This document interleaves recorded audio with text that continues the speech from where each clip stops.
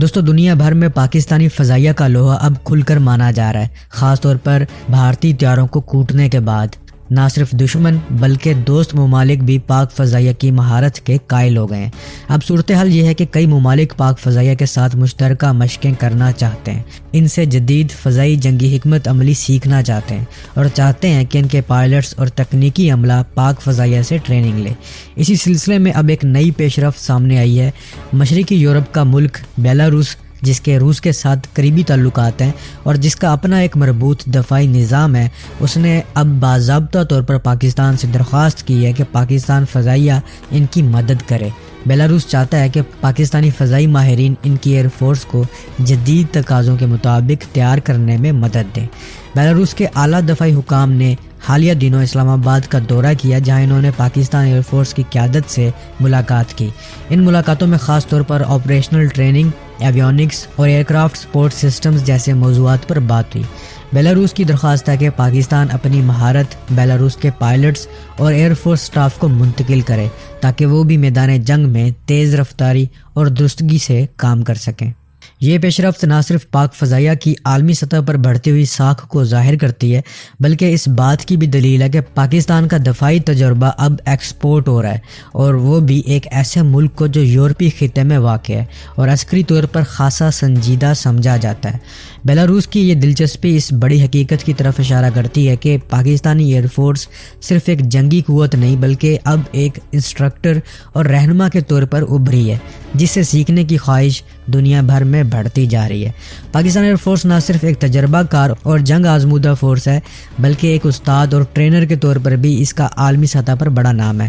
پاکستان کئی دہائیوں سے دوست ممالک کی ایئر فورسز کو ٹریننگ، تکنیکی مدد اور آپریشنل مشقوں میں سپورٹ فراہم کرتی آئی ہے۔ سعودی رائل ایئر فورس کے پائلٹس اور گراؤنڈ عملے کو پاکستان نے کئی سالوں تک تربیت دی۔ پاکستان کے ایئر فورس افسران مستقل طور پر سعودی عرب میں تعینات رہے، کئی آپریشنل اور انسٹرکٹر رولز میں۔ پاکستان اور اردن کے درمیان کئی دہائیوں پر محیط دفاعی تعاون ہے۔ اردنی فضائیہ کے پائلٹس کو پاکستان نے لڑاکا طیاروں کی پرواز اور جنگی مشقوں کی خصوصی تربیت دی۔ انقلاب ایران سے پہلے پاکستان اور ایران کے تعلقات بہت قریبی تھے۔ ایرانی فضائیہ کے افسران کو پاکستان میں تربیت دی گئی، خصوصاً F-86 اور F-104 طیاروں پر۔ ترکی کے ساتھ بھی فضائی مشقوں، ٹریننگ کورسز اور تکنیکی تعاون کا ایک طویل ریکارڈ موجود ہے۔ دونوں ملکوں کی فضائیہ مشترکہ جنگی مشقیں بھی کرتی رہی ہیں۔ پاکستان نے UAE کی ایئر فورس بنانے میں بنیادی کردار ادا کیا تھا۔ کئی پاکستانی پائلٹس اور انسٹرکٹر UAE کی فضائیہ میں خدمات انجام دیتے رہے ہیں۔ پاکستانی فضائیہ نے قطر کے پائلٹس کو بھی ٹریننگ دی اور آپریشنل مہارتوں میں مدد فراہم کی۔ قطر کے دفاعی ادارے آج بھی پاکستان کی دفاعی مہارت کو اہمیت دیتے ہیں۔ حالیہ برسوں میں پاکستان نے نائجیرین ایئر فورس کے لیے JF-17 تھنڈر فراہم کیے اور اس کے ساتھ ہی پائلٹ اور ٹیکنیکل اسٹاف کو مکمل ٹریننگ بھی دی۔ نائجیریا میں پاکستانی انسٹرکٹرز کئی ماہ تعینات رہے۔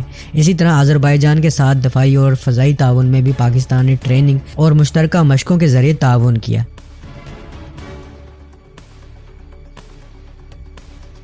دوستو امریکی دفاعی کمپنی نے امریکی فوج کے لیے ایک نئے مختصر فاصلے کے میزائل کی تیاری میں اہم پیش رفت کی ہے، جو پرانے سٹنگر میزائل کی جگہ لے لے گا۔ اس نئے میزائل کا مقصد ڈرونز، ہیلی کاپٹرز اور دیگر فضائی خطرات سے مؤثر دفاع فراہم کرنا ہے۔ ریتھیون نے حال ہی میں اس میزائل کے 10 مختلف حصوں کے کامیاب تجربات مکمل کیے ہیں۔ ان تجربات میں جدید سیکر نشانہ تلاش کرنے والا نظام شامل ہے، اور جو سٹنگر کے مقابلے میں زیادہ فاصلے سے اہداف کو شناخت کر سکتا ہے۔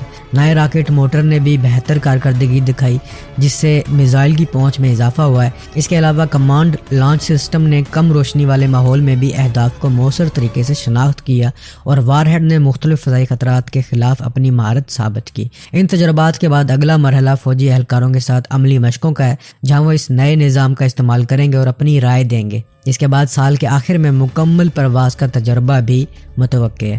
یہ نیا میزائل نظام مستقبل میں امریکی فوج اور میرین کور کے لیے ایک اہم دفاعی اثاثہ ثابت ہو سکتا ہے۔ دوستو روس کے بغیر پائلٹ ڈرونز نے یوکرین کی جنگ میں 50 کلومیٹر تک فائبر آپٹک کنٹرول کی حد حاصل کر لی ہے۔ یہ جدید تکنیکی پیش رفت روسی فوج کو میدان جنگ میں بہتر نگرانی اور عملے کی صلاحیت فراہم کرتی ہے۔ ڈرونز کی یہ قابلیت خاص طور پر اس وقت اہم ہے جب یوکرینی فورسز بھی جدید دفاعی نظام استعمال کر رہی ہے۔ دوستو، جدید جنگوں میں ٹیکنالوجی کا کردار روز بروز بڑھتا جا رہا ہے اور فائبر آپٹک ڈرونز اس کا تازہ ترین مظہر ہیں۔ یہ ڈرونز روایتی ریڈیو سگنلز کی بجائے فائبر آپٹک کیبلز کے ذریعے کنٹرول کیے جاتے ہیں، جو انہیں الیکٹرانک جنگی نظاموں سے محفوظ رکھتے ہیں۔ روس اور یوکرین کے درمیان جاری تنازع میں ان ڈرونز کا استعمال ایک نیا موڑ لے آیا ہے، جہاں یہ ڈرونز دشمن کے دفاعی نظاموں کو چکمہ دینے میں کامیاب ہو رہے ہیں۔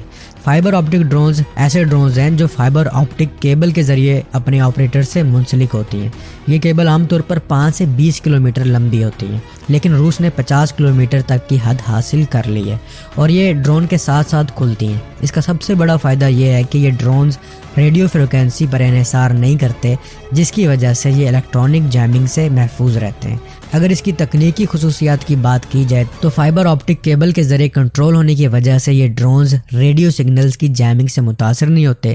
Fibre optic cables high definition video signals کو کم تاخیر کے ساتھ منتقل کرتی ہے، جس سے آپریٹر کو بہتر نگرانی حاصل ہوتی ہے۔ اس کے علاوہ ریڈیو سگنلز کے بجائے فائبر آپٹک کیبل کے استعمال سے ڈرونز کو کم توانائی درکار ہوتی ہے، جس سے ان کی پرواز کا وقت بڑھ جاتا ہے۔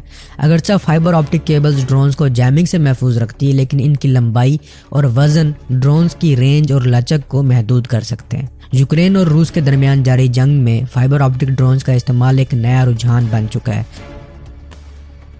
دوستو، جاپان نے ایک نیا بیلسٹک میزائل پیش کیا ہے جسے HVGP کہا جاتا ہے۔ یہ میزائل جاپانی فوج کی جدید طاقت کو بڑھانے میں بہت اہم کردار ادا کرے گا، خاص طور پر دور دراز ٹارگٹس پر عین نشانے بازی کے حملوں کے لیے۔ یہ میزائل فوجی فائر پاور 2025 نامی فوجی نمائش میں دکھایا گیا ہے، جہاں جاپانی فوج نے اپنی ٹیکنالوجی اور ہتھیاروں کو متعارف کروایا ہے۔ HVGP میزائل کو خاص طور پر اس بات کے لیے تیار کیا گیا ہے کہ یہ دشمن کے دور دراز مقامات پر بہت درست اور طاقتور حملہ کر سکے۔